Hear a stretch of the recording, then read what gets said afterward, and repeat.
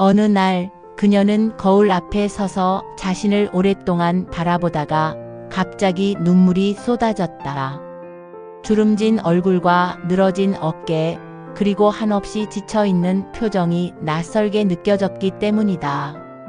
결혼하고 아이들을 키우며 살림과 일을 병행하다 보니 정작 자신은 점점 사라지고 있었다. 가족을 위해 늘 최선을 다했지만 정작 나를 위한 시간은 어디에도 없었다. 아이들은 커서 집을 떠났고 남편은 여전히 일과 술자리에 바빴다. 그녀는 점점 집 안에서 혼자가 되어 갔다. 대화를 나눌 사람도, 속마음을 털어놓을 사람도 없었다. 아침에 눈을 떠도 하루가 의미 없이 반복되는 것만 같았고, 밤이 되면 마음은 더욱 공허해졌다. 이유 없이 가슴이 답답하고 눈물이 났다. 이것이 우울감이라는 걸 스스로도 알았지만 어떻게 해야 할지 알지 못했다. 그녀는 처음엔 이 기분을 단순한 권태라고 생각했다. 나이가 들면 누구나 겪는 일이겠지, 시간이 지나면 괜찮아질 거라고 스스로를 달랬다. 하지만 시간이 지나도 우울은 점점 짙어졌다. 하루 종일 소파에 누워 TV만 보거나 멍하니 창밖만 바라보다 하루를 흘려보냈다. 전에는 즐겁던 요리도 이제는 의무가 되었고 맛을 느끼는 즐거움조차 사라졌다. 그러던 어느 날 그녀는 우연히 동네 도서관 앞을 지나게 되었다. 유리문 안으로 보이는 따뜻한 조명과 책 냄새가 문득 발걸음을 멈추게 했다. 무심코 들어간 도서관에는 사람들로 가득 차 있었다. 책을 읽는 이들, 공부하는 학생들, 그리고 조용히 노트에 무언가를 적는 중년의 여인도 있었다. 그녀는 오랜만에 책을 집어들었다. 제목은 내 마음의 쉼터였다. 책장을 넘기다 보니 당신이 힘든 건 게으르거나 부족해서가 아니라 오랫동안 자신을 돌보지 않았기 때문입니다. 라는 문장이 눈에 들어왔다. 그녀는 순간 눈물이 핑 돌았다. 바로 자신을 향한 말 같았기 때문이다. 그날 이후 그녀는 매일 도서관에 들렀다. 처음엔 단순히 시간을 보내기 위해서였지만 점점 책 속 글귀들이 마음을 어루만져주는 것을 느꼈다. 글은 그녀에게 새로운 세계를 열어주었다. 소설 속 주인공들의 삶은 그녀에게 용기를 주었고 에세이 속 글들은 그녀의 공허함을 달래주었다. 책을 읽다 보니 마음이 조금씩 가벼워졌다. 그러던 중 도서관에서 진행하는 독서 모임 안내문이 눈에 띄었다. 같이 책 읽고 이야기 나눠요 라는 문구가 그녀의 발걸음을 붙잡았다. 망설였지만 더 이상 혼자서는 벗어나기 힘들 것 같아 용기를 내어 신청했다. 첫 모임 날 그녀는 떨리는 마음으로 참석했다.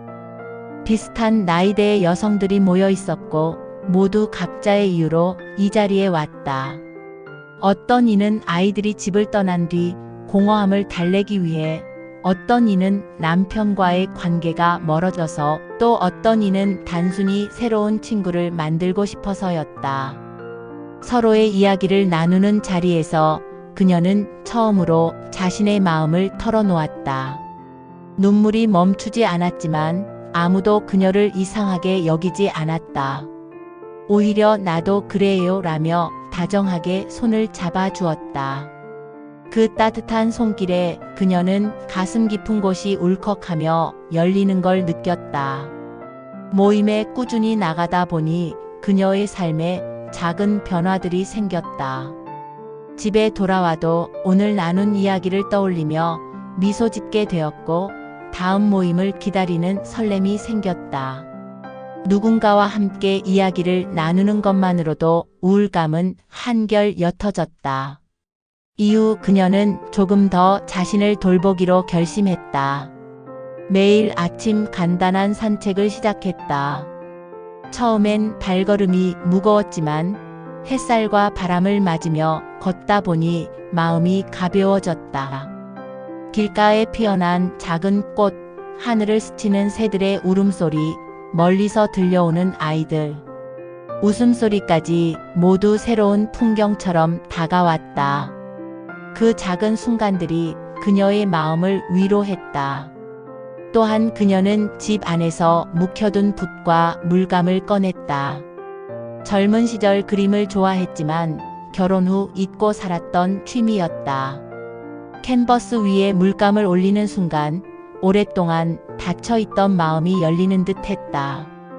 색을 섞고 선을 그으며 그녀는 스스로에게 말했다. 나는 여전히 살아있다. 나는 아직 무언가를 할 수 있다. 그림을 그리는 시간은 세상과 단절된 오직 자신만의 세계였다. 남편은 처음엔 이런 변화를 잘 이해하지 못했다. 하지만 그녀가 점점 밝아지고 웃음이 늘어나는 모습을 보자 차츰 인정하기 시작했다. 아이들도 엄마의 달라진 모습에 놀라며 말했다. 엄마, 요즘 표정이 좋아 보여. 그 말 한마디가 그녀의 마음을 크게 위로했다. 시간이 흐르며 그녀는 완전히 달라졌다. 더 이상 소파에만 누워있는 여자가 아니었다. 책을 읽고 글을 쓰고 그림을 그리고 사람들과 교류하며 자신만의 삶을 찾아갔다. 물론 우울감이 완전히 사라진 건 아니었다. 가끔씩 외롭고 공허한 순간이 찾아왔지만 이제 그녀는 그 감정에 휘둘리지 않았다.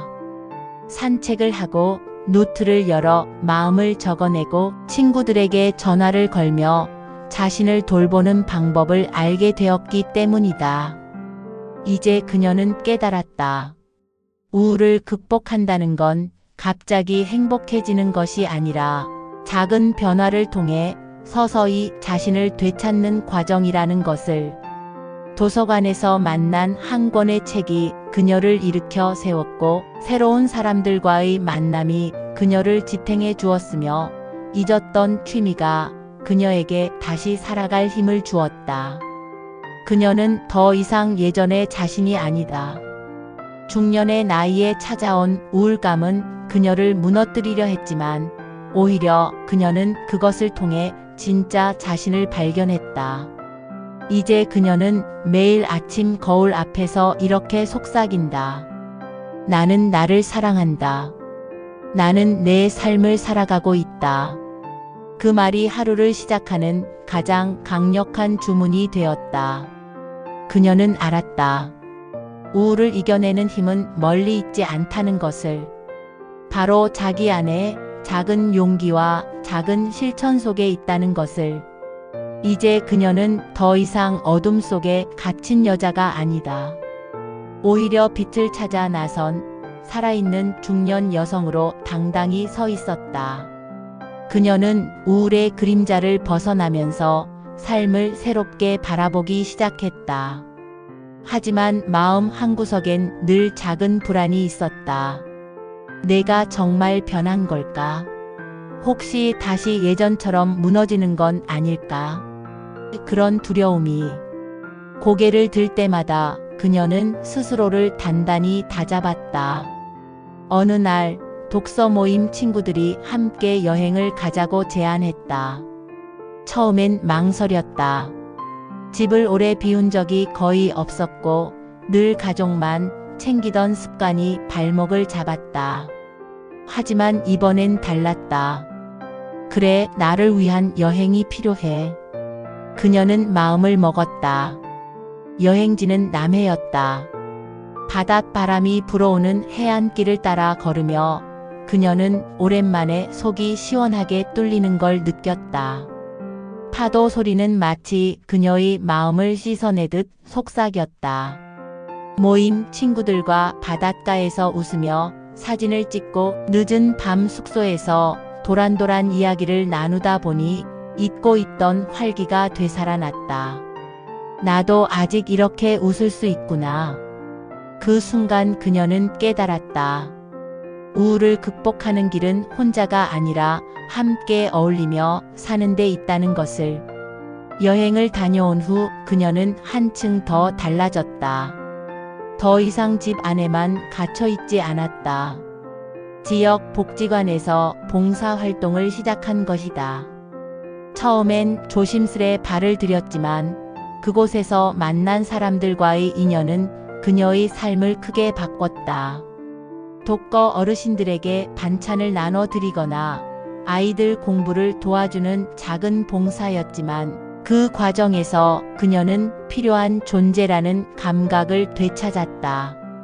누군가의 미소와 고맙습니다 라는 말 한마디는 어떤 약보다 강력한 치유가 되었다. 봉사활동을 마치고 집에 돌아올 때면 그녀의 발걸음은 어느 때보다 가볍고 단단했다. 그렇게 봉사활동을 이어가던 중 그녀는 뜻밖의 인연을 만났다. 같은 봉사팀에서 활동하던 한 남성이었다. 그는 아내를 먼저 떠나보내고 홀로 지내고 있었는데 사람들을 위해 성실히 봉사하는 모습이 인상 깊었다. 처음엔 그저 동료로만 생각했지만 대화를 나누다 보니 마음이 편안해졌다. 그는 그녀의 이야기를 묵묵히 들어주었고 그녀가 힘들었던 시간을 이해해 주었다. 두 사람은 천천히 가까워졌다. 물론 새로운 인연을 받아들이는 게 쉽진 않았다. 아이들이 뭐라 할까? 사람들의 시선은 어떨까 하는 두려움이 있었다. 하지만 그녀는 알았다. 나이와 상황을 떠나 마음이 통하는 사람과의 만남은 삶에 또 다른 의미를 준다는 것을. 아이들은 처음엔 놀랐지만 시간이 지나며 엄마의 행복을 진심으로 응원해 주었다. 엄마가 웃는 게 좋아요. 우리도 엄마가 혼자 외로운 모습은 싫었어요. 그 말에 그녀는 눈시울이 붉어졌다. 오랫동안 엄마로만 살아왔지만 이제는 한 사람의 여성으로서 또 한 사람의 인간으로서 자신의 행복을 찾아도 괜찮다고 허락받은 것 같았다. 시간이 흘러 그녀는 또 다른 기쁨을 맞았다. 딸이 결혼해 손주가 태어난 것이다. 처음 손주를 품에 안았을 때 그녀의 가슴은 벅찬 감동으로 가득 찼다. 작은 손가락, 고운 숨결, 해맑은 웃음 그 모든 것이 기적처럼 느껴졌다. 손주와 함께하는 시간은 그녀에게 새로운 활력소가 되었다. 우울했던 시간은 까마득히 멀어지고 손주의 웃음소리에 맞춰 그녀의 삶도 환하게 빛났다. 아이를 키울 때는 몰랐던 여유와 따뜻함을 이제야 제대로 느낄 수 있었다. 이제 그녀의 하루는 다채로웠다. 아침이면 가볍게 산책을 하고 낮에는 봉사활동이나 모임에 나가 사람들과 어울렸다.